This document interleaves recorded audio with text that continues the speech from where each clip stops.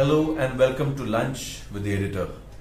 Today we need to very strongly, firmly and with a lot of anger condemn the first information report, the FIR registered against a colleague working for the Tribune newspaper of Chandigarh.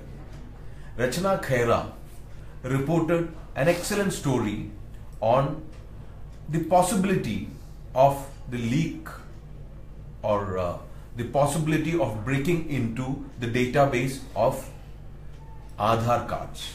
The Aadhar biometric details hold a lot of important data about all of us.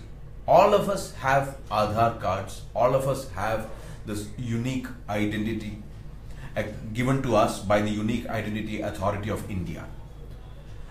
It is very important that this data is stored in such a manner that crooks don't get access to it. So if a crook gets access to such important vital data about citizens of India from all classes, then to report it is our duty.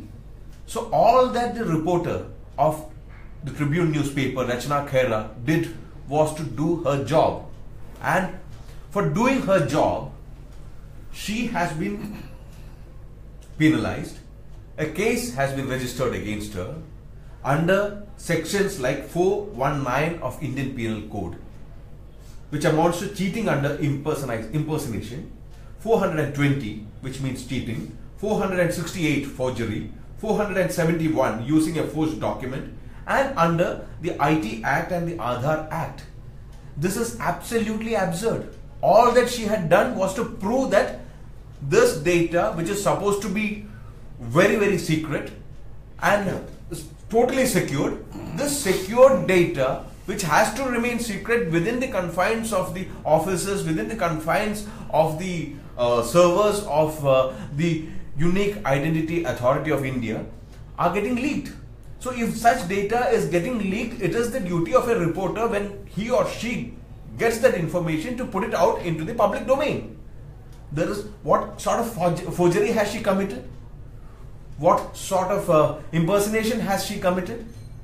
This is absolutely absurd, and as part of the larger media fraternity, Outlook condemns it in no uncertain terms. Now you want to add something? Yeah, no two ways about it. See, the whole thing is, I mean, there are, rightly or wrongly, people have questions about how secure the data that is being collected by the government, how secure the data is. Now, if a reporter finds out, I mean, through her own investigation, that this is what is happening, that you can buy it, you know, these informations can be got. I thought the first response of the authorities should be to get in touch with the reporter and find out, okay, tell us, help us, you know, how can we plug these kind of loopholes, rather than trying to put pressure, you know, filing a FIR against him, trying to threaten her in a way, rather than seeking the cooperation to make it better. This is something this logic fails me.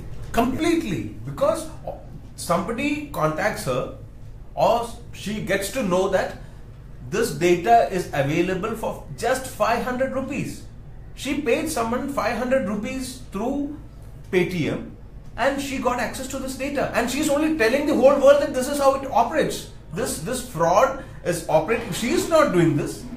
She is not selling this data. She is not passing this on to anyone else. All that the reporter had done was to put it out in the public domain. And this is how we have been doing stories all along. Now, obviously, there are vested interests which are using this data for whatever and selling it at a price. You know, so if this is what you can get, you know, this may be one instant the government now or the authorities will have to come, since it's such a huge exercise where you need the trust and confidence of people. Well, that is why you need the media, that is why you need the newspapers. So when something goes wrong with a particular department of the government or with anyone, with the private sector or the government sectors, if something goes wrong, then you need whistleblowers, then you need people to bring them to the notice of the larger public and also to the government, so that the government can take appropriate measures. Corrective measures should have been taken, and reassurance. Yes, this was brought to our notice. We have tried to find out, instead of trying to see who are the people who have sold it, you are trying to, penaliziously shooting the messenger. Absolutely. This is probably one of the worst cases of the government trying to shoot the messenger.